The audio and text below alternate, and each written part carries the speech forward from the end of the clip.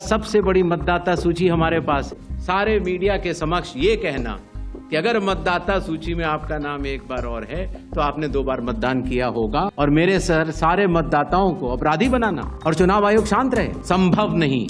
आपकी आवाज को सुनने आ रही है प्रभात खबर इलेक्शन एक्सप्रेस। देखते रहिए प्रभात खबर इलेक्शन एक्सप्रेस।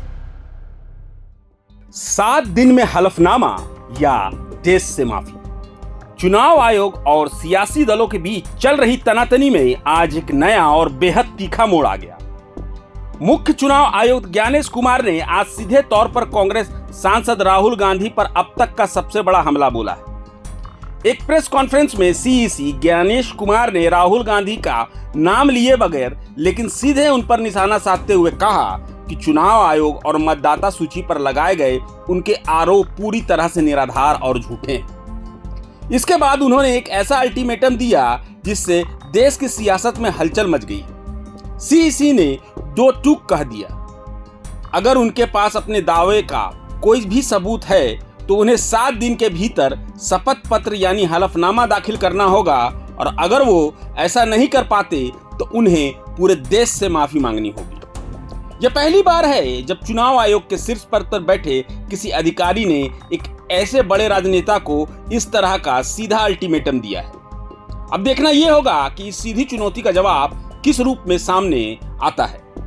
सबसे बड़ी मतदाता सूची हमारे पास है, लगभग 90 करोड़ से 100 करोड़ के बीच में।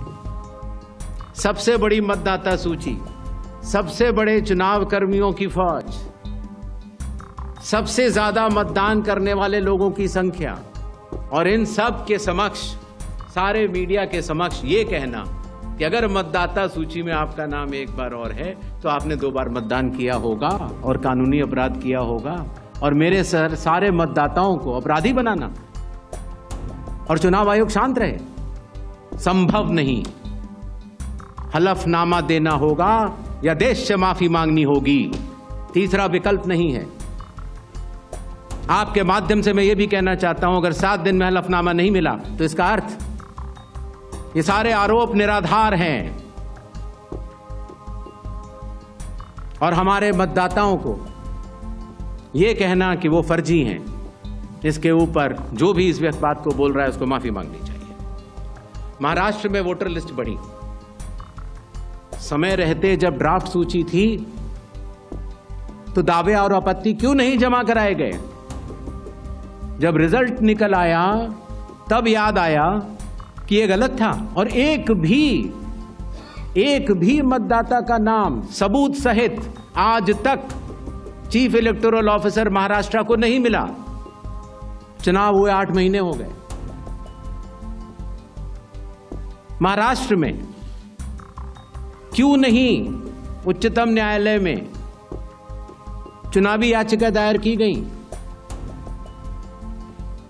फिर एक बात यह कही गई कि आखिरी घंटे में इतना मतदान कैसे? चुनाव आयोग ने जवाब दिया था, और आप सबने लिखा भी था कि अगर 10 घंटे मतदान होता है तो हर घंटे 10% का औसत होता है। आखिरी घंटे में 10% से कम मतदान हुआ। तो ये बात कैसे कही जा रही है? ऐसा नहीं होता कि किसी भी बात को अगर आप 10 बार बोलते रहें, 20 बार बोलते रहें तो सच हो जाए।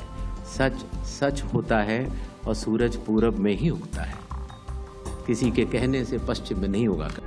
प्रभातखबर.com, विश्वास वही, रफ्तार नहीं।